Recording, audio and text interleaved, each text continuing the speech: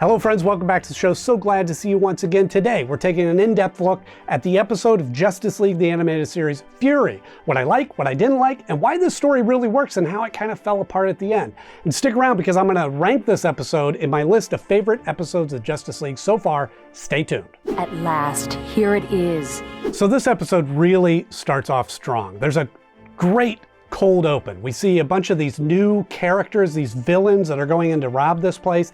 Now, a couple of these characters were introduced in production order, but since the episode's aired out of order, we don't know who they are. And I honestly think that helps this cold open because it creates more of a mystery. Who are these characters? What are they doing? We see little glimpses and hints of their power. We see this new character who we find out is Arisia that is kind of leading them, and they're trying to get this stuff. And then we bring in Batman. Obviously, you know, I'm a big fan of Batman. So getting to see him jump into the action and really holds his own against a team of supervillains.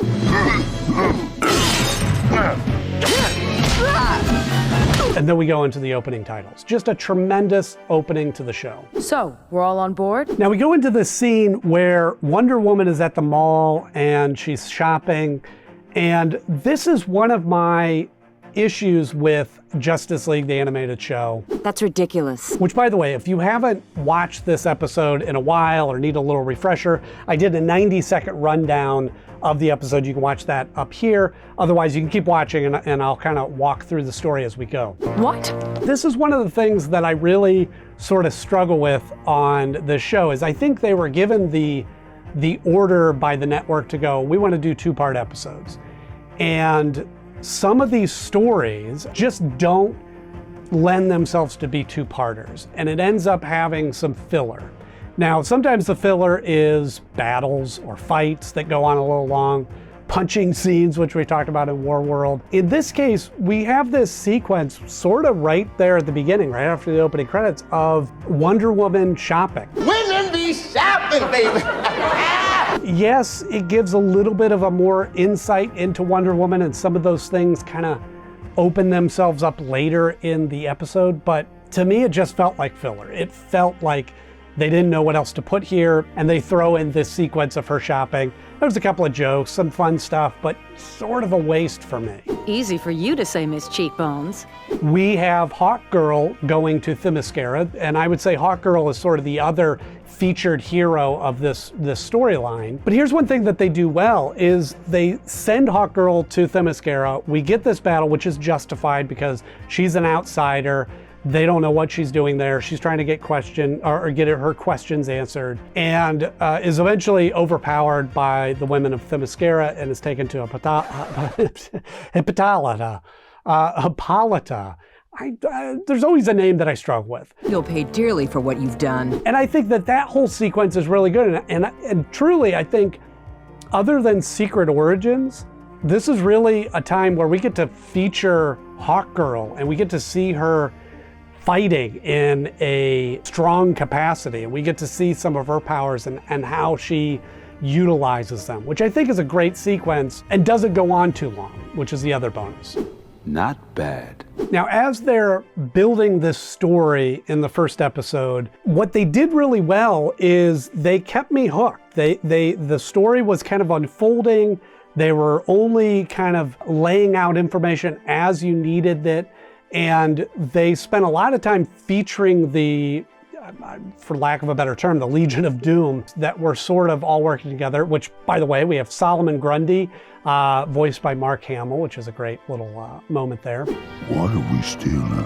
And I think they unfolded the story really well. And then I have to point it out, and I don't mean to do this every time, but then we go back to Themyscira, and Hawkgirl finally is able to plead her case about this necklace and who might it belong to. Hippolyta knows right away, takes her off to the tower, and we, of course, go into a flashback. I've often wondered if we did the right thing. I just wish the writers could have been a little bit more creative with how they get some of this backstory. Certainly this backstory and the information that's presented in this flashback about where Arisia came from and how she was adopted and brought in and taught the ways of the Amazon women. I grow tired of the flashback trope. It's sure starting to look that way. Having said that, it does present a lot of great information, and it certainly helps tell the story and creates a good villain, which is not good villain, if there is such a thing, but a justified villain, a villain that believes in what they're doing, that their mission is just going about it maybe in the wrong way.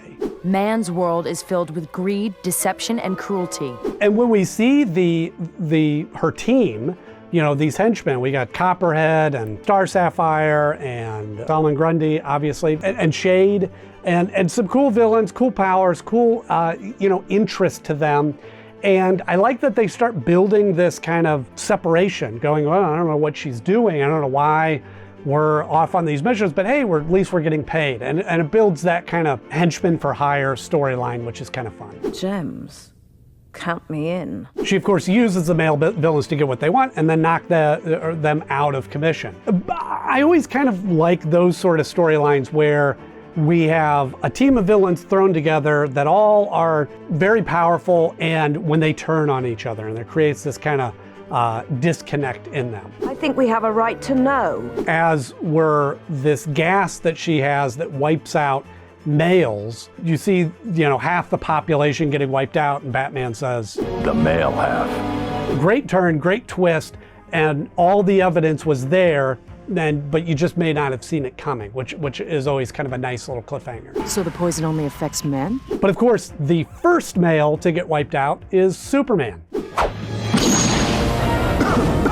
That's a trope that gets leaned into quite a bit, of getting Superman wiped out of commission early on. And I certainly see, the justification for doing that, but they also have several episodes where not all the characters are featured. Do they always have to knock Superman out, or could they just have him off, doing some other task off somewhere else and just wrote out of the episode that way? He's practically invulnerable. What could do this to him? So the first episode, while there's, some elements that could have been trimmed down or tightened up, it's still pretty solid. And it sets up this really interesting story that not only is the males of the city being wiped out, but the male heroes of the city and the male villains. Like, everybody's getting wiped out so that we can have a female-driven storyline. And it's a great mystery, and it's great, and it's well justified, and it's well set up, and it keeps me hooked. It keeps me interested and pushes me to watch the next episode, which is exactly what the cliffhanger should do. Exactly. As it propels us into the second story, we are cleaning up the city, and we're featuring more and more women, the firefighters and the paramedics all trying to pull together. And like I said, we really have a great justification for Arisia to do this. She kind of skews the teachings of Themyscira to kind of put a pin in, oh, men are evil, men are bad, and kind of takes it to the extreme. And I also like that Wonder Woman, who also grew up with this teaching, sort of leans into that and goes, yeah, I don't know if we need men, and that's not all bad, and that sort of thing.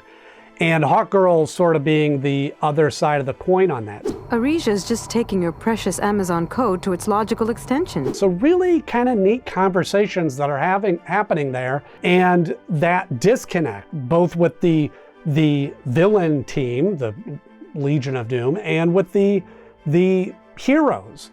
And that's kind of cool dynamics. It's not just a cut and dry sort of story. It blurs the lines of right and wrong. Yes, but who wants to live in a world without men? I do have to say, once Batman's affected and then they're going in there and being treated, Martian Manhunter's treating them, I love that they're all on the tables being observed, and they don't have their shirts on, but still have their masks on. It seems so odd, because I thought, well, I guess they need to maintain their secret identity. Every puzzle must have a solution. Now we see, as we foreshadowed to, Star Sapphire seemingly turning on Arisia, and comes to Wonder Woman and Hawkgirl and goes, hey, she's gone way too far. You got to come back with and then poof, the fake double cross. And she goes, oh, I just had to lure you here.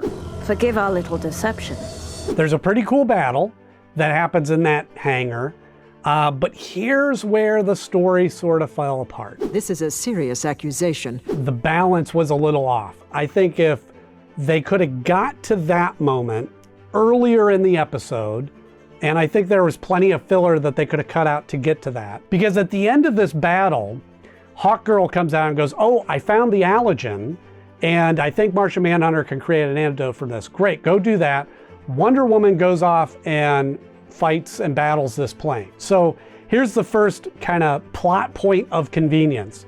Hawkgirl just found this vial of the allergen laying around in this hangar, and they don't really show that happening. I don't know when she did that based in when the battle was going on. Diana, I found this inside. And she flies off, she contacts Martian Manhunter. Then we're on the plane, right? And we're battling and we're fighting, and Hippolyta comes to her and goes, oh, by the way, you shouldn't hate men because a man saved your life, which is just sort of a weak plot point. It doesn't work, but it just seems like another excuse to do a little flashback, and this idea that, oh, because this one man saved you, you're now going to forgive all men and stop with this evil plot. It's just, again, a little convenient, and it doesn't work, and just feels a little too awkward to be like, oh, one man should, and even Arisia says this, the good deed of one man doesn't excuse behavior of all the rest, or something to that effect. The acts of one man cannot redeem the sins of his kind. I got really nervous when they said that, because I thought, is this going to be how they get out of this? And she's going to go, oh my gosh, yeah, a man, I now, renounce this deed and stop these missiles. She doesn't. But then, oh, the hydraulics go out and the plane's going down. So they have this battle, a great aerial battle, by the way, but it just sort of falls apart then at the end. And we go, oh, they're going down. I like you, but not that much. We have this great setup for a plot, and the resolve of it just sort of comes out of convenience. Martian Manhunter, of course, is able to make the antigen, or the antidote, which they don't show. They don't show how hard that was. And the plane goes down, seemingly, unless Wonder Woman disabled the hydraulics, I don't remember seeing that, seemingly just goes down on its own, despite what Wonder Woman and Hawkgirl were doing. Arisia goes down with it, although if I remember correctly, she does come back later in another episode. They make the antigen, or why do I keep saying antigen? The antidote, and spread across the city, all is well. But it's just sort of, they had this great mystery and then it just fell apart at the end. And that always is sort of disappointing. Maybe it's just as well. So when it comes time to rank this episode, I place it at number 5 of my favorite episodes so far. It falls below Brave and the Bold. That's, I think, just a more interesting, fun story with The Flash. It does beat out Secret Origins, which, again, was just a necessary episode to establish the team. But this episode starts off really well, so it's not the worst episode, but then falls apart in the second episode, which, I think Flash was sort of the opposite. Took a little bit to set up, second episode really kind of saved it. So that's where it ranks in my list of favorite episodes so far. Good. Then there's just one unfinished matter to attend to. So that's just a few of my thoughts about this episode. Let me know what you think in the comment section below. If you enjoyed this episode, please click the like button. If you want to see more episodes like this, just hit subscribe. We now have new episodes coming out every week. Some reviews, some reactions, some 90-second rundowns, whatever your pleasure is. So click and watch those episodes. Those always help me out tremendously. And next up, we're going to be talking about the episode Legends. So you don't want to miss that. As always, thank you so much for watching, and I'll see you soon.